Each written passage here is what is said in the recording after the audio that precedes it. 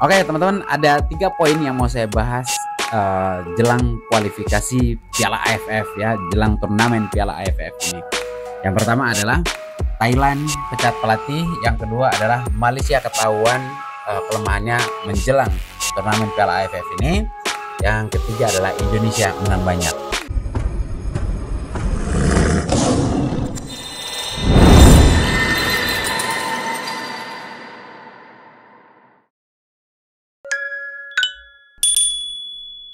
Oke, teman-teman, yang pertama adalah Thailand pecat pelatih jelang turnamen Piala AFF ini. Kenapa sih? Kan gitu ya pertanyaannya. Kenapa sih? Ternyata Federasi Sepak Bola Thailand ini tidak percaya terhadap pelatih asal Jepang ini, yaitu Takayuki. Jadi Federasi Sepak Bola Thailand ini memecat pelatihnya setelah melakoni 2 laga uji coba. Yang pertama ini untuk umur 23.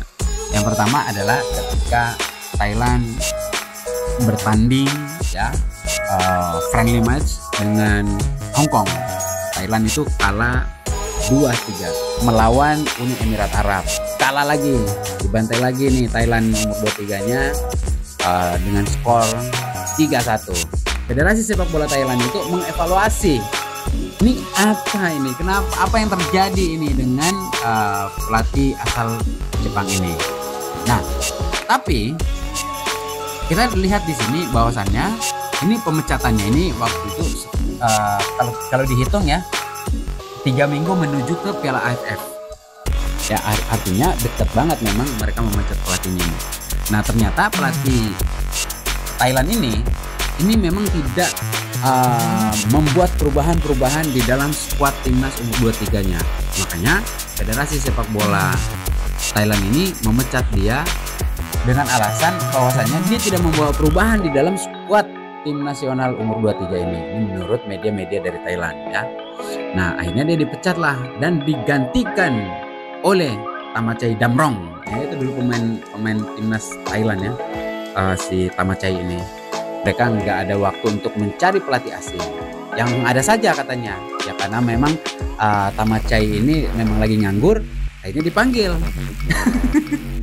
Dipanggil, orang lagi nganggur katanya dipanggil untuk melatih timnas Thailand umur 23. Dan memang sampai saat ini juga ketika dipanggil tim pelatih lokal ini itu nggak ada membuat perubahan ya di dalam skuad tim nasional umur 23 Thailand ini. Memang nggak ada apa namanya, dia nggak mencari talenta lagi karena emang nggak ada waktu lagi gitu, nggak ada waktu lagi. Nah, itulah yang terjadi kepada Thailand menjelang turnamen Piala AFF ini.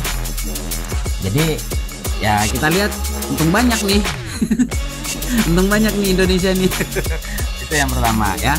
Yang kedua teman-teman adalah ketahuan kelemahan tim nasional Malaysia jelang kualifikasi atau jelang turnamen Piala AFF ini. Nah, ini dia. Ini dia. Malaysia lagi. Tapi teman-teman jangan, ketika kita berbicara tentang bola Asia Tenggara, jangan kalian mengatakan bahwa kenapa sih Malaysia mulu yang disebut, kenapa sih Thailand mulu, kenapa sih Vietnam mulu, kenapa Timor Leste terus, kan gitu. Nah, coba teman-teman baca dulu ya, channel saya ini membahas sepak bola Asia Tenggara. Ya, jadi turnamen-turnamen Asia Tenggara itu memang jadi apa ya, jadi seksi untuk diperbincangkan. Apalagi kan ketika kita berbicara bahwa negara tetangga itu artinya rivalitas itu pasti ada, kan gitu ya. Nah, itu teman-teman, mengapa jangan tanya lagi kenapa Malaysia gitu. Karena kenapa Malaysia yang selalu diperbincangkan selama ini? Karena memang Malaysia itu, Federasi Malaysia itu memang lagi tidak dalam keadaan baik-baik saja teman-teman ya. Nanti adalah di episode berikutnya, nanti saya akan membahas bagaimana pelatih timnas senior Malaysia sekarang itu dituntut oleh federasinya untuk mempertanggungjawabkan pernyataan dia sebelum dia melawan Vietnam. Nah, itu makanya kita berbicara. Jadi ya namanya juga sepak bola ya, kita membaca informasi-informasi dari berbagai negara-negara tetangga. Oke lah, apa tadi yang saya maksud mengatakan bahwasannya Malaysia ketahuan kelemahannya menjelang turnamen Piala AFF. Jadi gini ya teman-teman ya,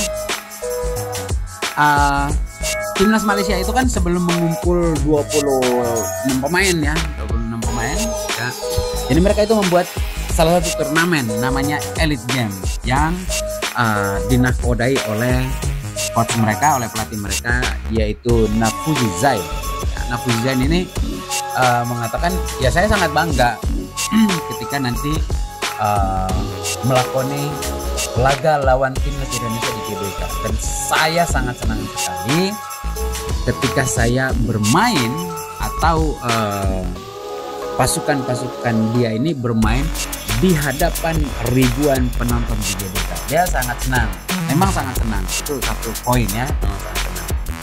Nah, tapi ada hal-hal yang dia mengatakan bahwasannya masih banyak yang kami perbaiki di dalam tubuh timnas Malaysia umur 23. Yang pertama adalah karena tim ini baru direkrut, belum ada pertandingan uji coba antar negara ataupun antara klub, hanya saja membuat pertandingan atau membuat game yang namanya Elite Game ya, itu pertandingan pendek lah ya, game pendek gitu ya, bagaimana pemain ini ketemu pemain ini ya.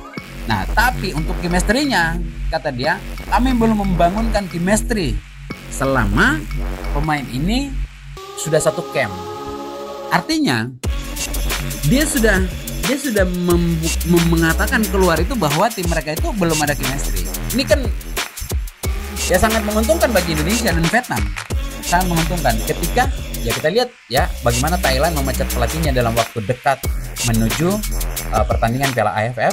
Lalu kemudian Malaysia itu baru direkrut dalam waktu dekat, kalau nggak salah mereka membuat Elite Game itu 3 minggu menjelang Piala AFF. Artinya mereka juga belum begitu matang persiapannya Malaysia ini, karena nggak ada waktu bagi mereka untuk melakukan pertandingan uji coba. Ya kalau Thailand sih ya hanya pelatihnya saja yang dipecat, karena mereka sudah melakukan pertandingan uji coba walaupun dengan pelatih lama ya, dengan pelatih Takayuki. Tapi endingnya juga mereka kalah semua kan dalam dua pertandingan itu, melawan Hong Kong dan melawan Emirat Arab. Nah, kalau Malaysia belum ada pertandingan, belum ada laga uji coba setelah perekrutan pemain ini. Artinya pemain ini juga belum mendapatkan chemistry. Nah, ini untung bagi Vietnam dan Indonesia.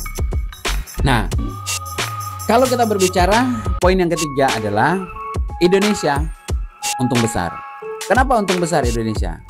Ya tentu tim kepelatihan dari timnas Indonesia umur 23 ini membaca ini semua ya, apa yang mereka tahu tentang Thailand, tentang Malaysia. Mungkin mereka melihat media-media ya seperti saya ini yang berbicara bahwasanya di Malaysia ini punya kelemahannya begini ya, karena itu yang diberitakan oleh media Malaysia. Nah, kenapa jadi untung besar? Yang pertama adalah Indonesia jadi tuan rumah, main di depan penggemar sendiri, main di depan supporter sendiri, di kandang sendiri. Nah, yang kedua, timnas Indonesia memang mereka itu sering bertemu ya, sering main bareng, karena ada beberapa pemain-pemain itu yang memang notabene-nya mereka itu sudah pernah gabung di Piala AFF sebelumnya ya, yang dikirim Piala AFF senior tapi yang dikirim anak-anak muda semua. Lalu kemudian di Piala Asia juga sudah ada yang pernah bertemu ya, sudah ada juga yang memiliki label ya, walaupun masih umur 23 tapi dia sudah bermain di level senior. Nah, ini keuntungan bagi timnas Indonesia. Ada beberapa pemain yang dipanggil oleh Coach Gerard ini untuk memperkuat timnas umur 23, pemain-pemain ini yang sudah bermain dengan timnas senior atau memiliki label timnas senior. Ini yang membuat Indonesia itu menjadi atau memiliki keuntungan ketika menjadi tuan rumah. Lalu kemudian ada beberapa pemain yang memang sudah memiliki chemistry di lapangan. Nah, bagaimana dengan Vietnam, teman-teman ya? Vietnam ini ya seperti yang kita baca, banyak media-media Vietnam atau pernyataan pelatih Vietnam itu Kim Sang-sik ya mengatakan bahwa yang saya takutin di dalam turnamen Piala AFF ini cuma Indonesia. Ini ya yang dia takutin adalah timnas Indonesia.